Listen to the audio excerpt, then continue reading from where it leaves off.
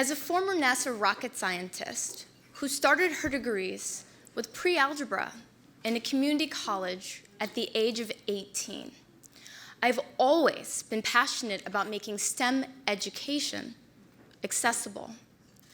After graduation, I moved here, and I spent 6 years in Silicon Valley working for NASA. Some of you who know me know that I was invested in the time at sitting on boards and inviting students in to see what we did in aerospace at NASA. But after 6 years, I wanted equity, not just equality. And so I left NASA and I founded my first company called STEM Board. I wanted a company that believed in diversity of thought and in inclusion from the very first hire. The company, which is a 7-figure business without any outside capital and soon to be 8, started with my first hire, who's here today, Dr. Jarvis Sulzer from the Level Playing Field Institute. And we built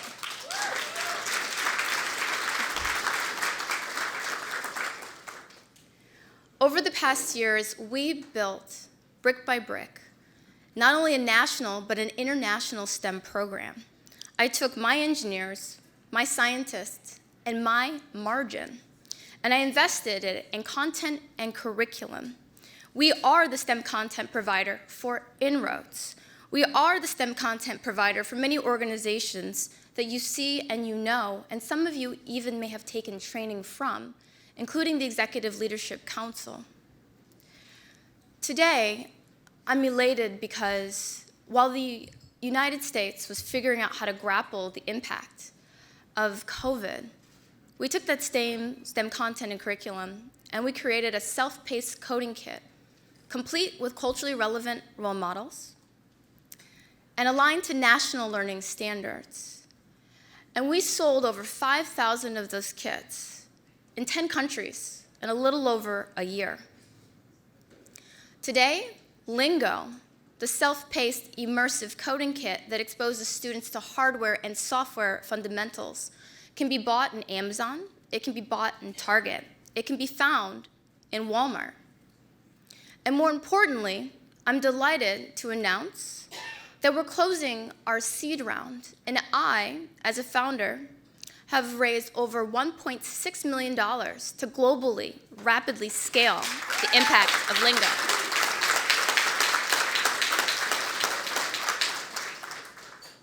And so I'm excited to be here today, finishing what started in the Bay so long ago.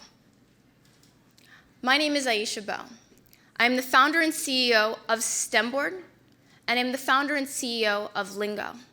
I am a culture shifter, and I'm excited to create a world where there are so many decision makers of color in the room, because we have invested in technology that represents us and founders like me. Thank you.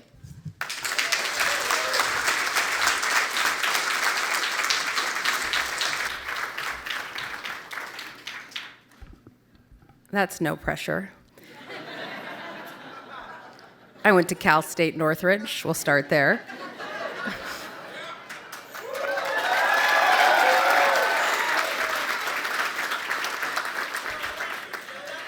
That's right.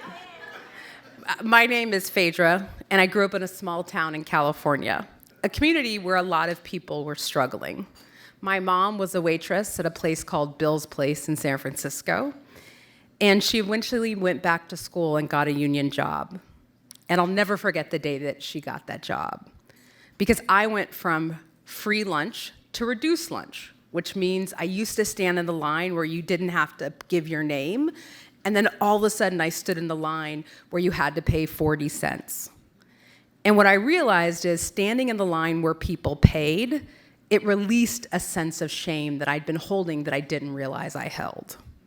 And it is in that moment that I knew I wanted to spend my life making sure that kids and families didn't have to live with shame because of poverty. I wanted to create a world where, in fact, people in my community were treated with the respect and dignity that they deserved. Now, there aren't a lot of profitable, scalable companies building products for poor people without being exploitive or predatory. So I spent a lot of time learning. I managed prints. I worked at a company called Honor, and I ran revenue. I worked in the labor movement, and I wanted to figure out what was the model for change in a capitalist society. And I realized for me, it was founding a company.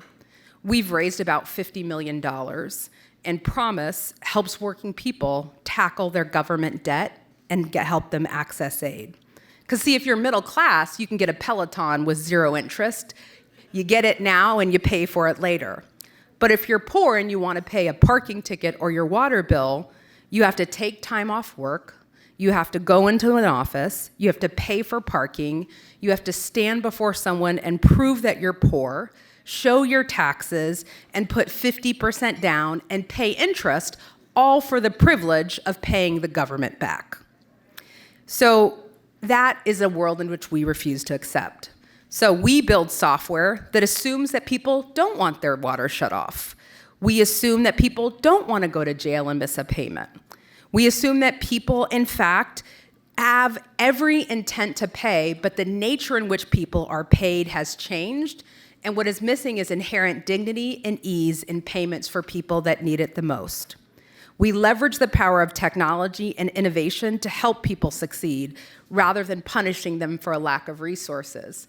It's why we're going all across the country and we have a 93% repayment rate, because my name is Phaedra Ellis-Lampkins. I'm the founder and CEO of Promise, and I'm a culture shifter.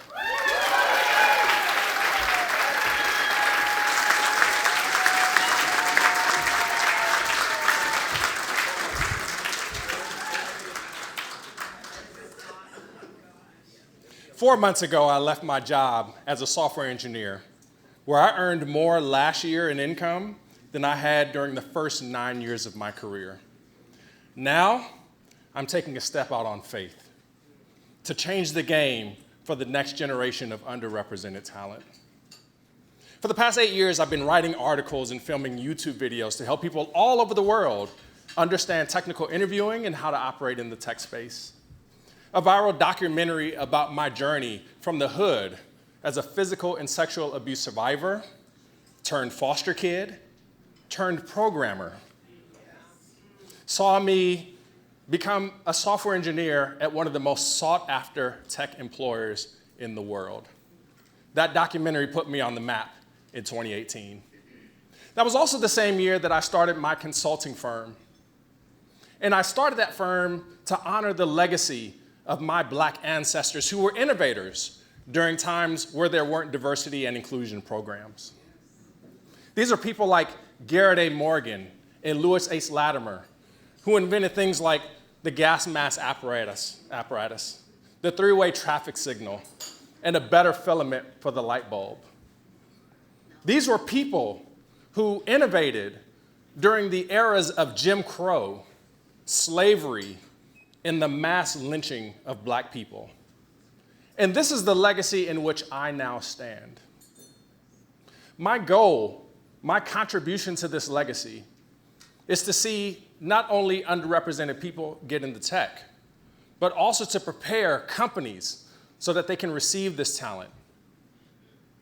My goal is to ensure that the next generation of innovators come from places like Harlem, the South Side of Chicago, Detroit, Compton, Inglewood, Linwood, Ghana, Nigeria, and all places where people are overlooked, underserved, and marginalized. I am the founder of Morgan Latimer Consulting. I am senior advisor to the Brilliant Black Minds program at Carrot. From Compton to Google and beyond, I am Anthony D. Mays, and I am a culture shifter.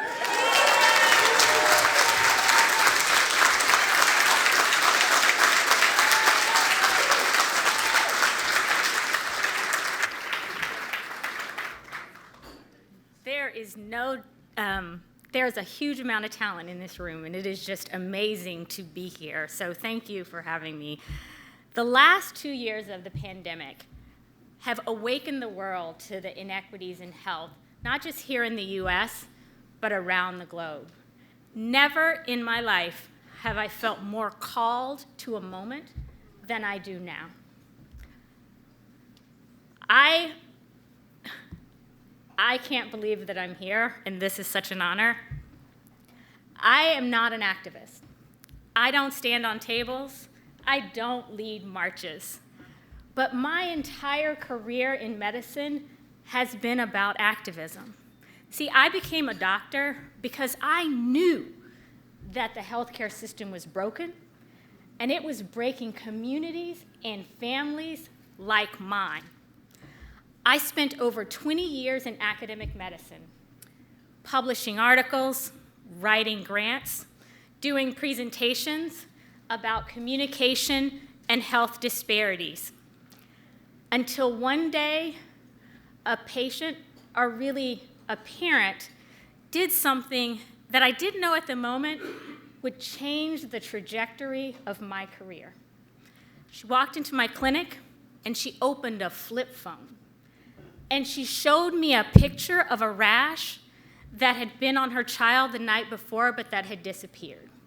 And it led me on a path to advocate for the marginalized communities that I served who were dependent on a healthcare system that was not built for them. And I believed that technology would transform healthcare. And I believed that it had the potential to allow us to leapfrog addressing health disparities that my patients were experiencing. It takes on average 17 years for an article to get from a medical journal into practice. When we have people dying every day, that is too long. So I left academic medicine, and I left my focus on health equity, and I joined a growth and scale startup. It was like drinking from a fire hose, and I made a lot of mistakes, but I learned a lot. And what I learned is that every experience takes you towards your purpose. And I knew I had to get back to health equity. It has been 20 years since the landmark report, Unequal Treatment, proved to us that structural racism and institutional and individual bias lead to health disparities in our health system. That has to end. I joined Google in the midst of the pandemic with a mandate to build health equity into our mission to help billions of people be healthier. I am laser focused on creating a playbook that allows us to do health equity at scale across the globe. I am building for the tomorrow that I want to see. My name is Dr. Ivor Braden Horn. I am the first Director of Health Equity at Google, and I